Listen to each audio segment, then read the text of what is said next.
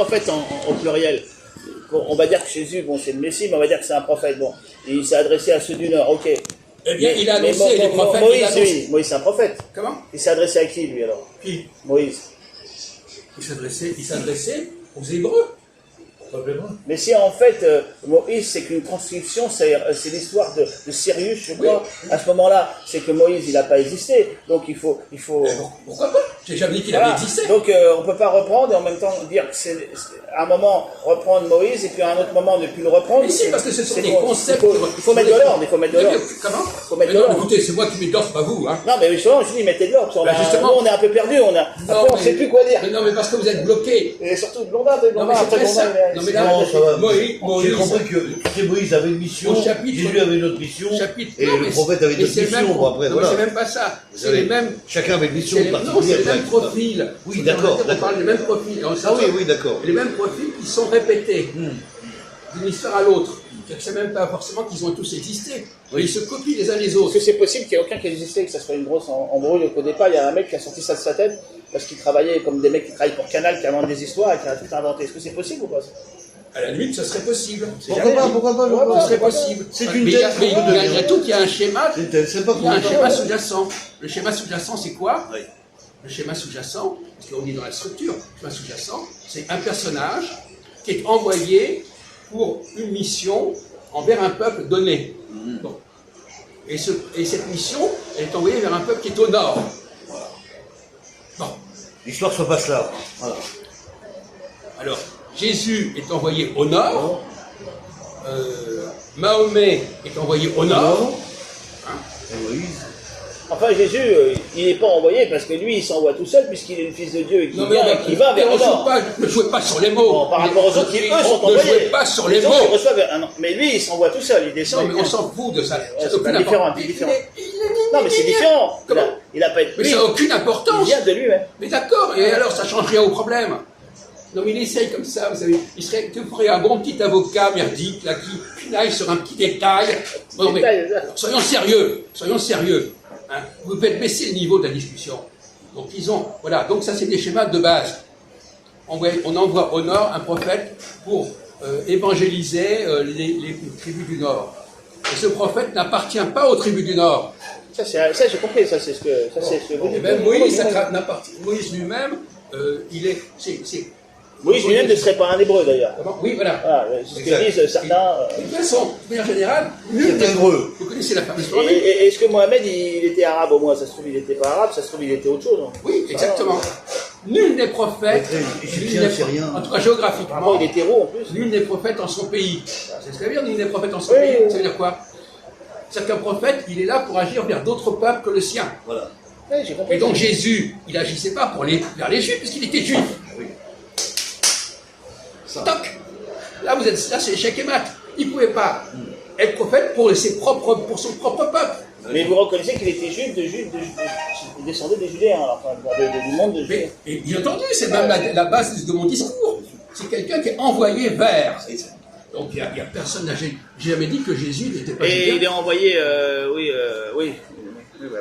Ouais, après la suite. Il est envoyé vers, et il est là. Il est dit, je suis venu pour les brebis perdues de la maison d'Israël, c'est-à-dire qu'il veut absolument que le royaume des gens qui sont au nord, et qui ont été plus ou moins excommuniés et rejetés, on les récupère et on les intègre.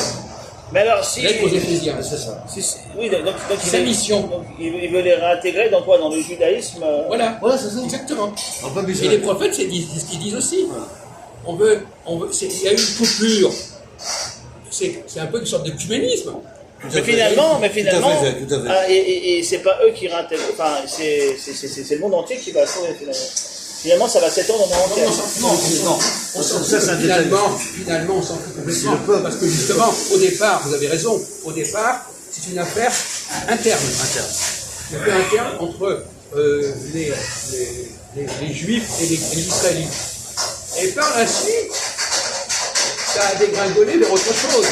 C'est-à-dire, on a dit, non, on va convertir les païens, on va convertir... Et ça, c'est un autre problème, c'est encore autre chose. Vous essayez encore une fois de nous embrouiller.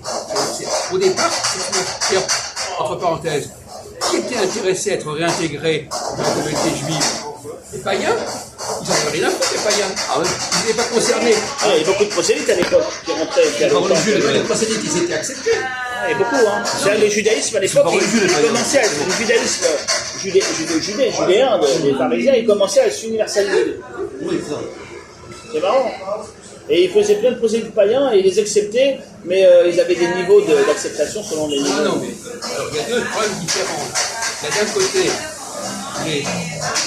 les Israélites qui étaient déjà depuis très longtemps, ils étaient associés au monde depuis très longtemps. En marche, ils étaient quand même là. C'est comme les protestants et les orthodoxes font partie de la même famille chrétienne. Donc déjà, les hommes chrétiens, ça devrait faciliter les choses. La famille chrétienne, au moins, dans la famille musulmane, il y a plusieurs sectes.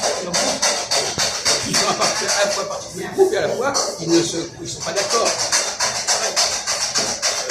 Par exemple, les Israélites avaient construit des idoles.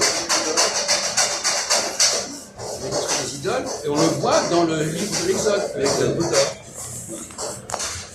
Et apparemment, là, vous avez actuellement des courants qui, issus du judaïsme dévié, essayent de reconstituer les idoles qu'il y avait à ces époques-là et voudraient une sorte de néopaganisme juif. Et il y a des mecs en ce moment qui essayent de faire ça, là. C'est pas le débat. Je sais pas s'ils ont trop la cote, mais... C'est pas le sujet, mais c'est possible. Mais comprenez que si vous naviguez sur des milliers d'années, sur des avis différents, tout a été dit, tout a été fait, donc vous pouvez nous embarquer n'importe comment. Là. Ce qu'il faut que tu fasses, Jean-Paul, c'est de te baser sur la réalité de l'histoire, dès le départ. Non, mais surtout les structures qu'on prophétise vers le nord, vers des groupes qui n'ont pas, qui sont... Le prophète ne fait pas partie du groupe vers lequel il prophétise, il est étranger à ce groupe, déjà c'est de terre. Donc personne ne met en question la judéité de Jésus. Et la question c'est que Jésus n'était pas intéressé par ses frères. Pourquoi? Parce que comparé, les Judéens, ils avaient leur roi. Ils n'étaient pas perdus, les Judéens. Les premiers perdus disent, vous comprenez ça dans un sens polémique en disant ils sont perdus donc c'est les Juifs, mais pas du tout. C'était les tribus du Nord qui étaient excommuniées, qui étaient rejetées, qui étaient plus perdues. Il était venu pour elles. Est-ce que ça rentre ça, oui ou non? Et donc les Judéens, eux, ils voulaient pas que ça arrive. Voilà. Ils voulaient pas que ça arrive.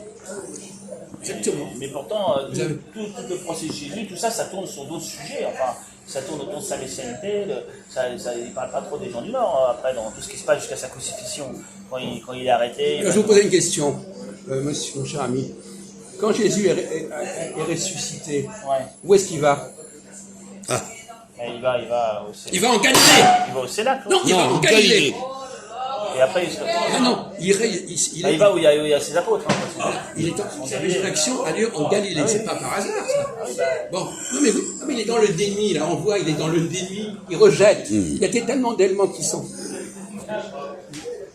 D'ailleurs, on s'est interrogé. Pourquoi est-ce que Jésus, quand il est en résurrection, il réapparaît en Galilée, et pas en Judée? C'est là qu'il y a l'histoire du bon samaritain, je veux dire. Non? Ah oui, peut-être. Oui. Il y a aussi l'histoire de la Samaritaine. La Samaritaine, c'est quand il va en Galilée, il veut aller vers une Samaritaine, et on lui dit, on ne fréquente pas les Samaritains. Ah oui.